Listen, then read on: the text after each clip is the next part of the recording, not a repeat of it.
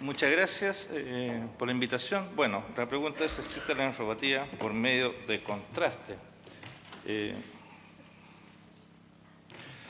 Lo que sabemos, los datos clásicos que se presentan entre la nefropatía inducida por contraste, entre el 0,6 y el 2,3% de los expuestos. Eso es todos los expuestos, incluyendo pacientes de riesgo o de bajo riesgo. Pero en pacientes en grupos seleccionados puede llegar hasta el 30 o 50%.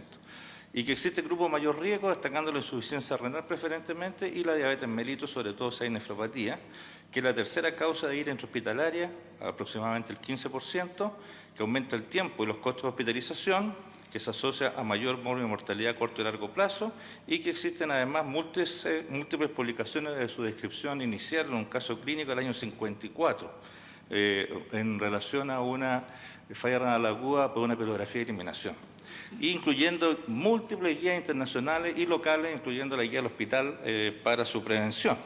Por lo tanto, clásicamente esto no hay duda que existe hasta lo que sabemos, pero el último tiempo ha sido cuestionado. Lo otro importante saber es que existen distintos tipos de medios de contraste y que la toxicidad de cada uno no ha sido evaluado directamente muchas veces entre ellos. Pero los de alta molaridad, que son los iniciales, que era preferentemente lo que se conocía como el IPAQUE, desaparecieron, que eran los más tóxicos de alta molaridad iónicos. Posteriormente apareció una segunda generación de baja molaridad, pero la verdad es que tienen el doble de molaridad de lo normal, alrededor de 600 biliosmoles, pero se conocen como de baja molaridad, son de la década del 80 a 90. Y de esto hay muchos, y aparentemente no todos son iguales. Y desde la década del 90, 2000 apareció los agentes isomolares, que es el iodixanol, el único que está en uso comercial, que es el Visipaque, que está disponible en el país. ¿Qué ha pasado? Han ido cambiando y en este momento ya no existe el medio de contraste de alta molaridad, por lo tanto estamos hablando de baja molaridad o de isomolares. Lo otro es que existe una patogenia, por lo tanto tiene una racionalidad. Esta patogenia ha sido documentada preferentemente en animales de experimentación. Los medios de contraste tienen una toxicidad tubular directa, documentada en modelos experimentales, y tiene efectos hemodinámicos que son dependientes preferentemente de la osmolaridad.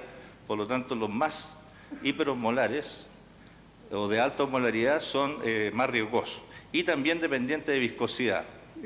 Los más viscosos son los más riesgosos. ¿Cuál es el más viscoso? El iodixanol, el que teóricamente es isosmolar. Por lo tanto, está la potencialidad teórica y experimentalmente documentada que el iodixanol también tenga toxicidad, dado preferentemente por su viscosidad.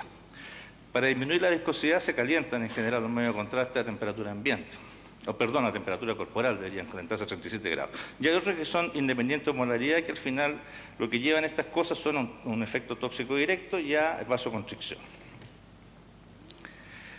Las definiciones, se requiere cumplir tres condiciones: un aumento absoluto relativo de la creatinina, que tenga una relación temporal con el medio de contraste y que se descarten otras cosas. La definición más utilizada no son las definiciones habituales de insuficiencia renal aguda, sino que son más clásicas, tienen que ver con aumento absoluto o relativo de creatinina, generalmente más de 0,5 miligramos por decilitro de creatinina entre 48 y 72 horas. Y por lo tanto, ¿cuál es el problema? Nunca es seguro que sea la causa de la insuficiencia renal aguda, sobre todo en pacientes hospitalizados, ya que generalmente tienen otros factores de riesgo. Y cuando uno empieza a ver, los pacientes que desarrollan nefropatía por contraste se desarrolla casi exclusivamente pacientes de riesgo. Y cuando uno ve los riesgos, son de la población general. Cualquier paciente que tiene insuficiencia cardíaca, que esté con un shock cardiogénico, independiente del medio de contraste, va a tener mayor riesgo. Pero ¿por qué hay dudas? Las dudas empezaron a aparecer aproximadamente como en 2005. Los primeros trabajos vieron que cuando se hacían inyección intravenosa para tomografía computada, el riesgo de tener nefropatía por contraste era muy baja. Estamos hablando de alrededor de 3% de los pacientes que tienen velocidad de filtración menos de 60.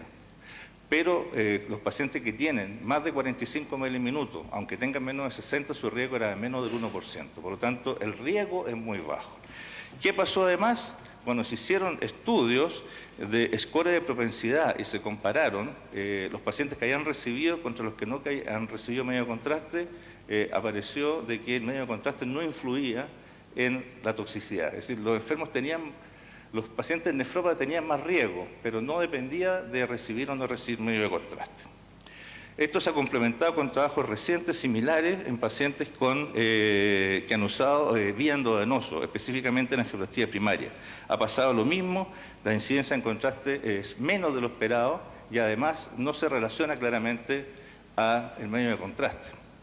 Y el trabajo reciente de hidratación documentó, que salió recién publicado este año, documentó que la incidencia en nefropatía inducida por contraste es alrededor de 2%. Menos de 3. Por lo tanto, lo que estamos viendo acá es que en algún momento hubo un pic que fue alrededor de la década de los 80 a los 90 y que posteriormente ha ido disminuyendo. Como ha ido disminuyendo ya no estamos casi viendo. ¿Por qué? ¿Qué puede decir uno? Que es difícil asumir que una patología que lleva medio siglo o más de medio siglo y que tiene estudios básicos de mecanismos de daño no exista. Pero impresiona que está sobreestimado porque el riesgo que uno está usando es el riesgo cuando se usaban medios de contraste de peor calidad. Lo otro que ha pasado es que ya nadie ocupa esos medios de contraste, por lo tanto ha tenido tendencia a bajar. Aparentemente los cambios en las conductas clínicas, que incluye hacer creatinina a los enfermos, eventualmente darle hidratación oral, darle alguna N-acetilcisteína, usar medios de contraste de menos toxicidad, ha llevado a que se disminuya el riesgo y que está bajado, sobre todo, ha bajado preferentemente en pacientes electivos si son sometidos a inyección intravenosa, como son los escáneres, con medio de contraste de baja molaridad y de bajo volumen. Pero, ¿qué recomendación? No se pueden sacar recomendaciones. Los trabajos que han demostrado esto son casi todos retrospectivos y de centro único.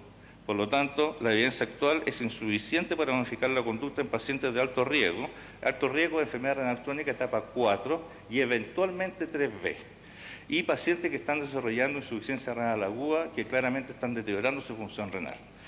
Pero lo que uno podría eventualmente es bajar la profilaxis en pacientes de menos riesgo, sobre todo los pacientes con velocidad de filtración cercana a 50 a 60 miliminutos. Pero eso no ha sido modificado en guías todavía. Gracias. Muchas gracias.